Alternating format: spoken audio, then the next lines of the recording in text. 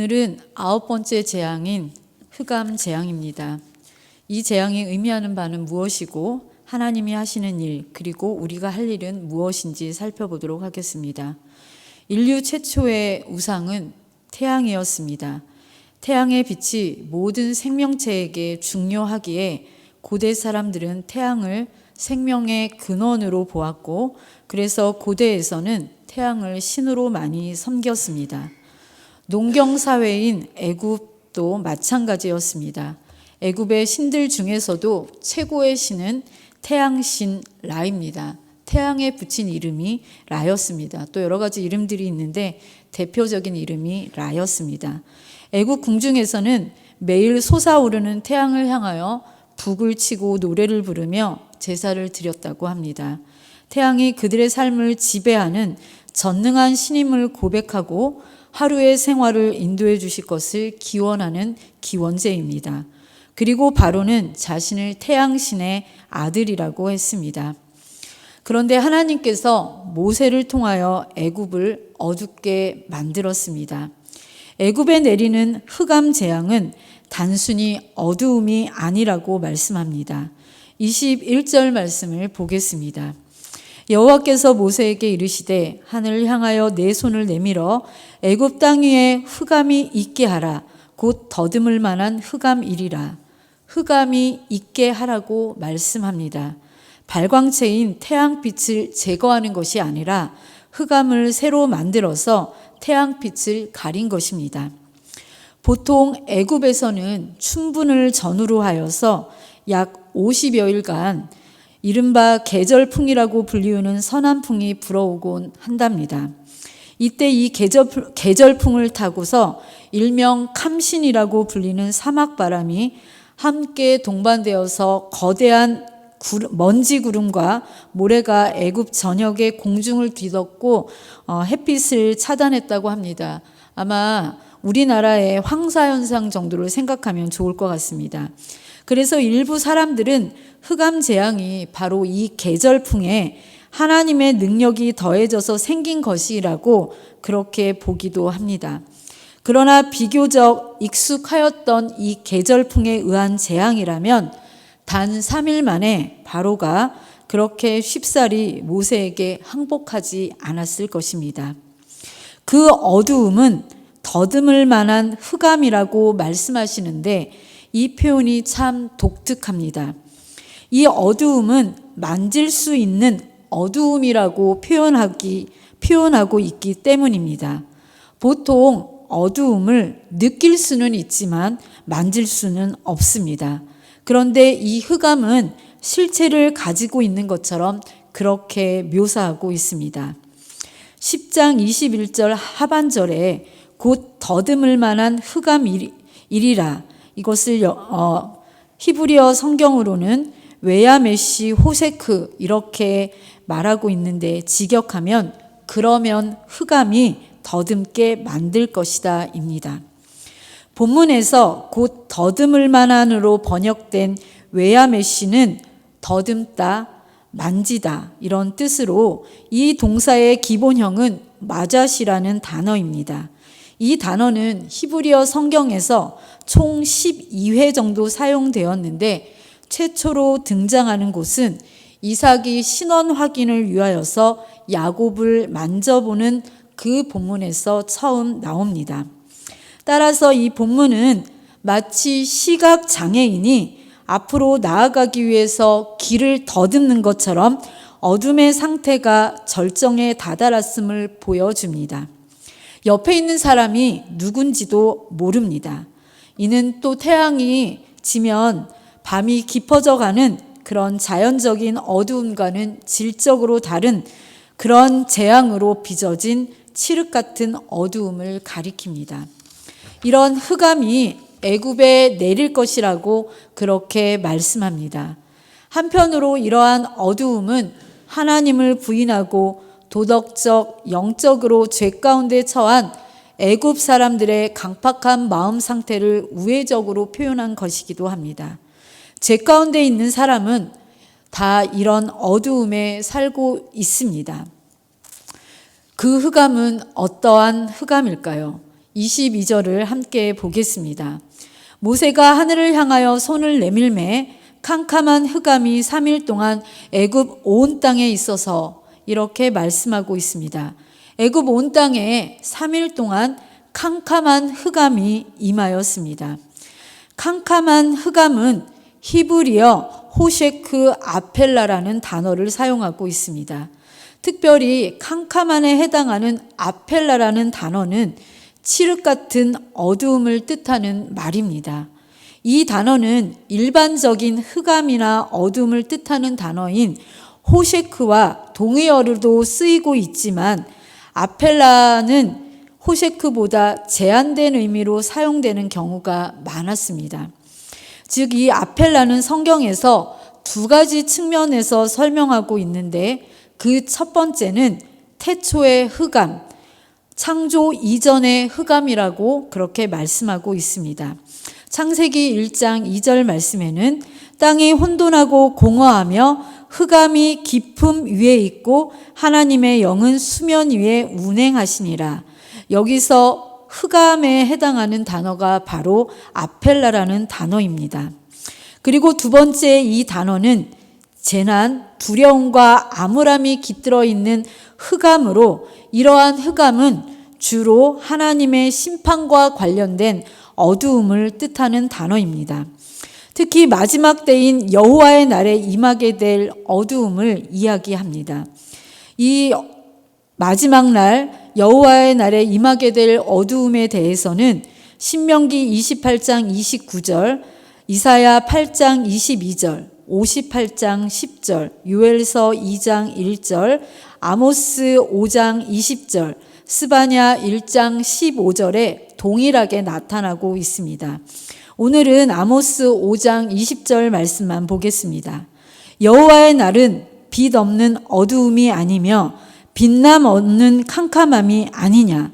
여기서 어둠, 캄캄함이 다 아펠라라는 단어를 사용하고 있습니다. 따라서 호셰크 아펠라라는 말은 이 흑암이 단순한 자연적 현상에 의한 것이 아님을 분명히 밝히고 있습니다. 또 일반적으로 히브리어에서는 같은 뜻을 지닌 단어가 거듭 사용하게 되면 그 뜻을 매우 강하게 강조하고 있는 것이 됩니다. 따라서 호셰크와 더불어 아펠라가 사용된 이 본문은 어두움이 겹겹스로 둘러싸여 있다는 뜻으로, 영어 버전에서는 킹 제임스 버전, 뉴 아메리칸 스탠다드 버전, 그리고 레비스드 스탠다드 버전 등에서는 이 어두움을 짙은 어두움, 시크 다크니스로 표현하고 있습니다. 그리고 뉴 인터내셔널 버전이나 굿뉴스 트랜슬레이션 버전에서는 암흑, 토탈 다크니스로 표현하고 있습니다. 그래서 이 어두움은 그냥 어두움이 아닌 하나님께서 내리신 어두움이라는 것을 강력하게 말씀하고 있는 본문이 오늘 본문입니다. 그 흑암이 애굽 전역을 3일 동안이나 뒤덮고 있었던 것은 애굽 사람들이 섬기던 태양신 라의 영향과 깊은 관련이 있습니다. 왜냐하면 애굽 궁정에서는 앞에서도 말씀드린 것과 같이 매일같이 하루를 시작하기 전에 그들의 삶을 주관하고 지배하는 전능한 신으로 바로 태양신 라를 경배하였기 때문입니다. 우리가 하나님을 경배하는 것처럼 그렇게 태양신을 경배했습니다. 그런데 이처럼 매일 경배하던 태양신이 3일 동안 볼 수 없는 캄캄한 어두움으로 인해서 보이지 않자 애굽 궁정을 비롯한 모든 애굽 사람들은 당연히 두려움에 떨 수밖에 없었습니다. 이런 점에서 볼 때 애굽에 임한 흑암 재앙은 애굽의 최고신으로 여겨지는 태양신 라의 허무함과 그의 몰락을 여실히 보여주고 있다고 볼 수 있습니다. 나아가서 3이라는 숫자는 하나님의 숫자이고 하늘의 수임을 상징하는 것과 같이 3일간의 흑암은 바로 전능하시고 완전하신 하나님이 친히 자연 속에 개입하셔서 여호와 하나님만이 역사와 자연의 완전한 주인이심을 보여주신 재앙이자 기적이었던 것이었습니다. 우리는 흑암보다 경제적 피해를 입혔던 우박이나 메뚜기가 더 심한 재앙이라고 생각합니다. 하지만 바로는 그렇게 생각하지 않았습니다. 바로가 생각하는 태양신 라는 아무도 격퇴할 수 없는 신이었습니다.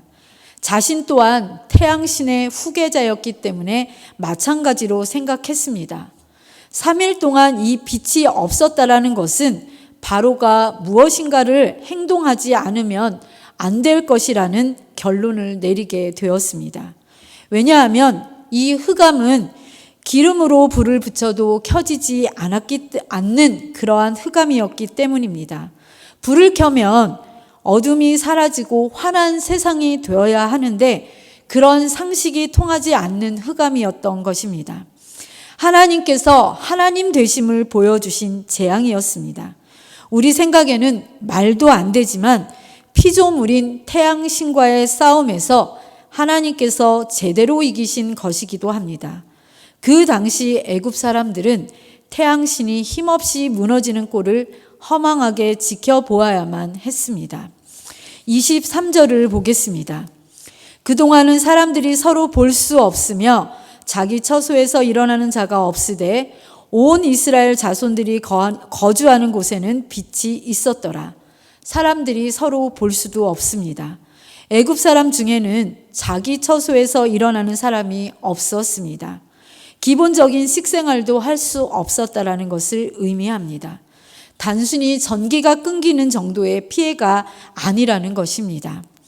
흑암 재앙이 앞에 8가지의 재앙과 근본적으로 구분되는 것이 바로 이것입니다. 앞에 8가지 재앙은 모두 누구나 재앙이 될 수 있다고 이해되는 것들이었습니다. 물이 피로 바뀌고 개구리 이 파리떼가 생기면 손해를 입었을 것입니다.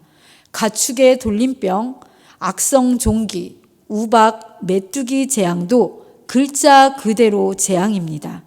그런데 흑암 재앙은 인간의 상식을 뛰어넘는 그러한 재앙이었습니다.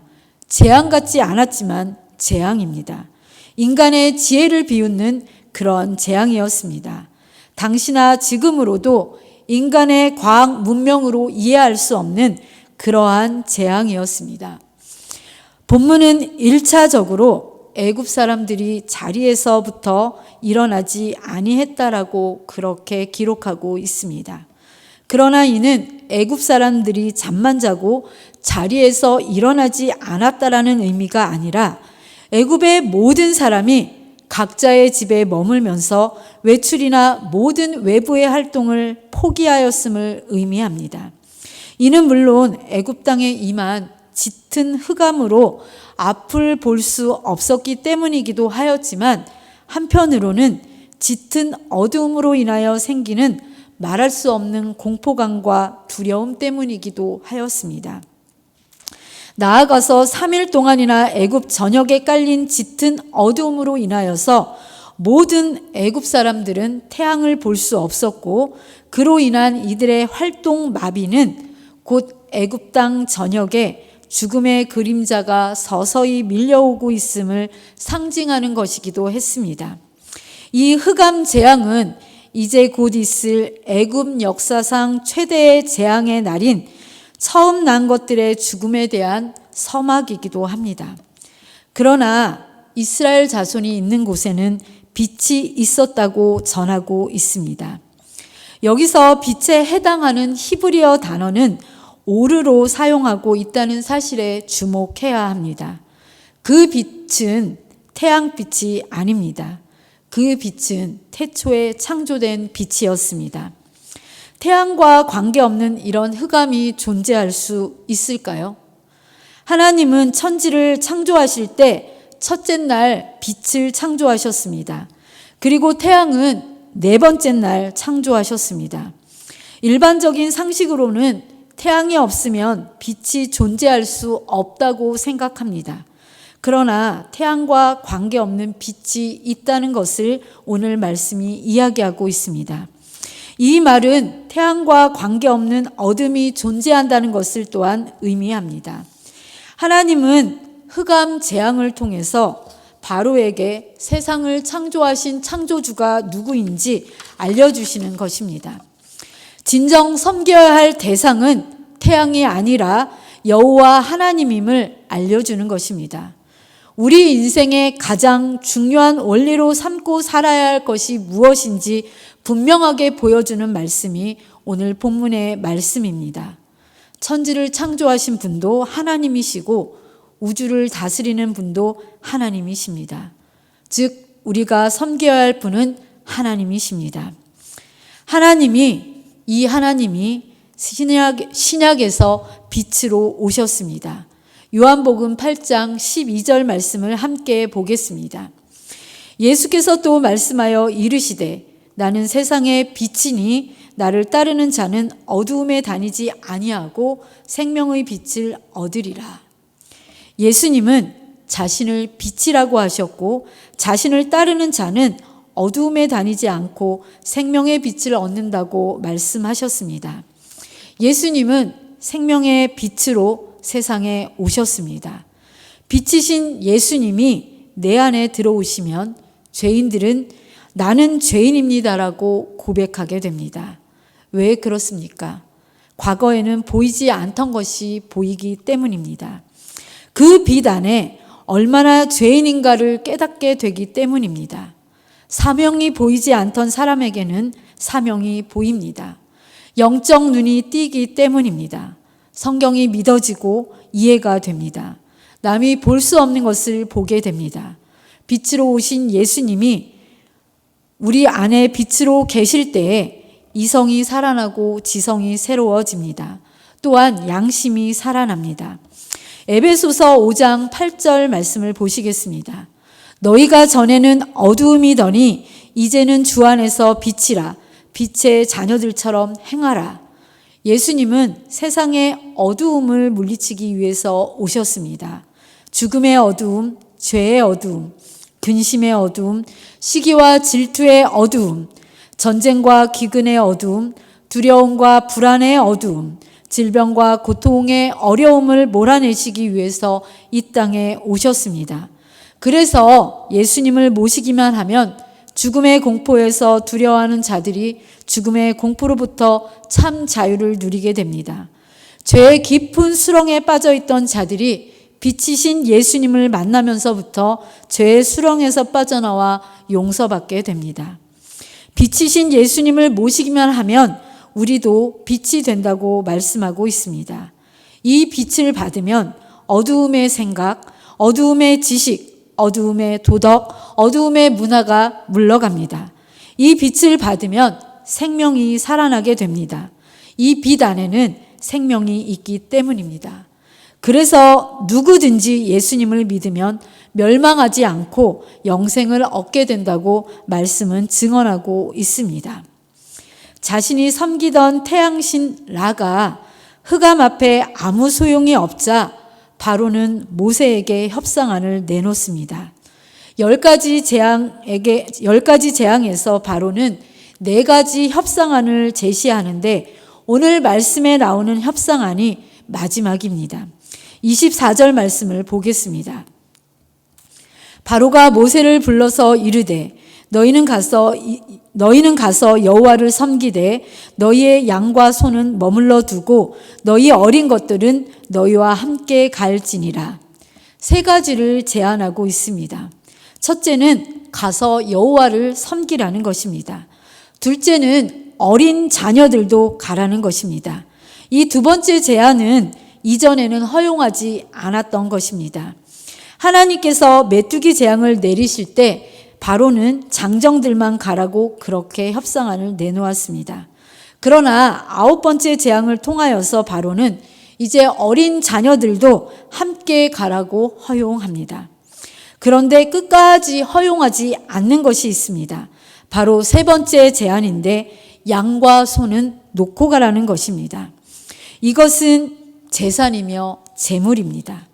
바로가 가장 중요하게 생각하는 것이 어디에 있는지 잘 보여주는 내용입니다. 바로는 재물과 돈을 가장 중요하게 생각했습니다. 이 본문은 사단이 끝까지 우리를 유혹하고 올무로 잡는 것이 무엇인지를 보여주고 있습니다. 오늘 이 시대에 가장 강력한 힘을 가진 것은 재물, 즉 돈입니다. 그 앞에서 버틸 수 있는 사람은, 나는 돈에서 자유하다는 사람은 많지 않습니다. 현대인들은 자신도 모르게 돈은 나의 목자이시니 내가 부족함이 없으리로다. 돈이 나를 푸른 추장에 누이시며 쉴만한 물가로 인도하시는 도다. 내가 사망의 음침한 골짜기로 다닐지라도 해를 두려워하지 않을 것은 돈께서 나와 함께함이라. 돈이 나의 지팡이와 막대기가 되어 나를 안위하시나이다라고 고백하면서 살아가고 있는 현실을 바라보게 됩니다. 이때에 모세는 어떠한 태도를 취하는지 한번 보겠습니다. 25절 말씀입니다. 모세가 이르되 왕이라도 우리 하나님 여호와께 드릴 제사와 번제물을 우리에게 주어야 하겠고, 단호합니다. 여호와께 드릴 번제물을 달라고 요청합니다. 모세는 지금 바로가 가장 중요하게 생각하는 가치를 돈에 두는 것과는 다르게 가장 중요한 가치를 하나님께 드릴 제물에 두고 있습니다. 다른 말로 하면 모세에게 가장 중요한 가치는 바로 하나님을 경배하는 것입니다. 이것을 신약의 말로 바꾸면 먼저 그의 나라와 그의 의를 구하는 신앙입니다. 출애굽의 궁극적인 목적은 처음부터 여호와를 섬기는 데 있었습니다. 하나님께 구속받은 백성이 하나님께 감사와 기쁨의 예배를 드리는 것, 이것이 바로 출애굽의 목적입니다. 그리고 출애굽의 가장 중요한 요점입니다. 모세의 대답에 바로는 대노하여서 모세가 다시 자기 앞에 나타나면 죽이겠다고 위협하고 모세를 쫓아냅니다. 28절에서 29절 말씀입니다. 바로가 모세에게 이르되 너는 나를 떠나가고 스스로 삼가 다시 내 얼굴을 보지 말라. 내가 내 얼굴을 보는 날에는 죽으리라. 모세가 이르되 당신이 말씀하신 대로 내가 다시는 당신의 얼굴을 보지 아니하리이다. 길고 긴 협상이 최종적으로 결렬되고 말았습니다. 바로가 내뱉은 죽이겠다는 위협은 역설적으로 마지막 재앙인 처음 난 것들의 죽음을 예비하고 있습니다. 출애굽의 요점이 하나님을 섬기고 예배하는 데 있다고 말씀드렸습니다. 우리는 신앙인입니다. 십자가를 통하여 구원해 주시고 하나님의 백성 삼아 주신 것은 궁극적으로 하나님을 섬기고 하나님을 영화롭게 하는 데에 있습니다. 그래서 우리의 관심은 하나님께 영광을 돌리는 삶에 있습니다. 죄의 노예에서 벗어나게 해주어서 감사해서 예배를 드리는 것이 아닙니다. 하나님이 우리에게 예배하도록 죄의 노예에서 벗어나게 해주신 것입니다. 어두움에 살던 우리를 빛으로 부르신 것입니다. 그래서 신자의 존재의 목적은 하나님께 찬양하는 것이고 하나님께 영광을 돌리는 것입니다. 신자의 의무가 여기에 있습니다. 우리의 가장 중요한 가치가 바로 하나님께 예배하는 것인데 아직도 가장 중요하게 생각하는 가치를 돈에 두고 있다면 우리도 바로와 같은 존재이고 나도 모르게 흑암 재앙이 우리에게 임할 수 있다는 사실을 기억해야 합니다. 따라서 피조물인 태양이 아닌 하나님을 바라보시며 그 하나님의 사랑, 하나님의 은혜에 감격하여서 늘 예배하는 참된 예배자들이 다 되시기를 주님의 이름으로 축복합니다.